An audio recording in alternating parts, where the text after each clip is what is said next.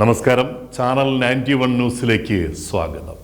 5 വർഷങ്ങൾക്ക് മുമ്പ് കോവിഡ്-19 എന്ന മഹാമാരി ചൈനയിൽ ഉദ്ഭവിച്ചപ്പോൾ നമ്മൾ ആരും കരുതിയില്ല അത് വേഗത്തിൽ കടലുകളും കുന്നുമൊക്കെ കടന്ന് നമ്മുടെ നാട്ടിലുമെത്തി മരണം വിതയ്ക്കുമെന്ന്. കോവിഡ് നമ്മൾ മറന്നു തുടങ്ങിയപ്പോൾ ഇതാ അതിനേക്കാൾ ഭീകരനായ മറ്റൊരു വൈറസ് ചൈനയിൽ പടർന്നു പിടിച്ചിരിക്കുന്നു. ചൈന എന്ന രാജ്യത്തെ ആശുപത്രികളും ശ്മശാനങ്ങളുമൊക്കെ നിറയുകയാണ്. അനൗദ്യോഗികമായി അടിയന്തരാവസ്ഥ പോലും ആ രാജ്യത്ത് പ്രഖ്യാപിച്ചു കഴിഞ്ഞു. HMPV എന്ന അതിതീവ്ര വൈറസ് വ്യാപനത്തിന് ആന്റി ചികിത്സയോ വാക്സിനോ ഇല്ല എന്നത് ഇതിൻ്റെ അപകടം ഇരട്ടിയാക്കുന്നു. രോഗലക്ഷണങ്ങൾ ലഘൂകരിക്കുന്നതിലും സങ്കീർണതകൾ തടയുന്നതിലും ശ്രദ്ധ കേന്ദ്രീകരിച്ച് രോഗബാധിതരെ ചികിത്സിക്കുക എന്നത് മാത്രമാണ് ഏക പോംവഴി. ഭയം വേണ്ട, ജാഗ്രത മതിയെന്ന ആശ്വാസവചനങ്ങൾ സ്ഥിരമായി നമ്മൾ കേൾക്കുന്നുവെങ്കിലും പുതിയ വൈറസ് വലിയ ആപത്ത് സൂചന തന്നെയാണ് നൽകുന്നത്. കോവിഡിൽ നിന്ന് മുക്തി നേടി പ്രതീക്ഷയോടെ ജീവിതം കരുപിടിപ്പിക്കാൻ ശ്രമിക്കുന്ന ഒരു നല്ല കാലത്തിലാണ് HMPV എന്ന മരണ വൈറസുകളുടെ വരവ്. എത്രായിരം കിലോമീറ്റർ ദൂരത്തേക്കും ഇവ പറന്നെത്താൻ അധിക സമയം വേണ്ട.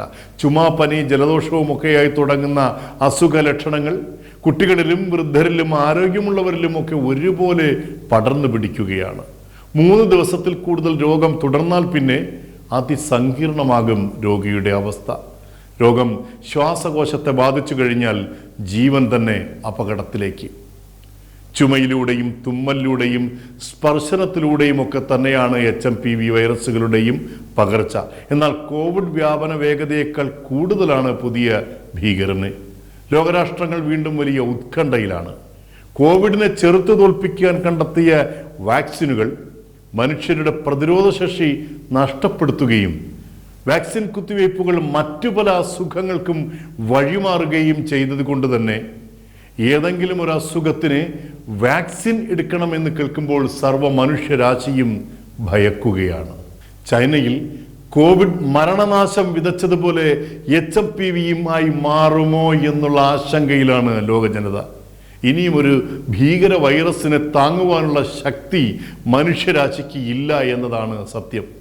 നഗ്നനേത്രങ്ങൾ കൊണ്ട് കാണുവാൻ പോലും സാധിക്കാത്ത കോവിഡ് വൈറസുകൾ വിശ്വമാകെ മരണം വിതച്ച് കടന്നുപോയപ്പോൾ അതിലും ക്രൂരമായ HMPV വൈറസുകൾ ശക്തി പ്രാപിച്ചുകൊണ്ടേയിരിക്കുന്നു.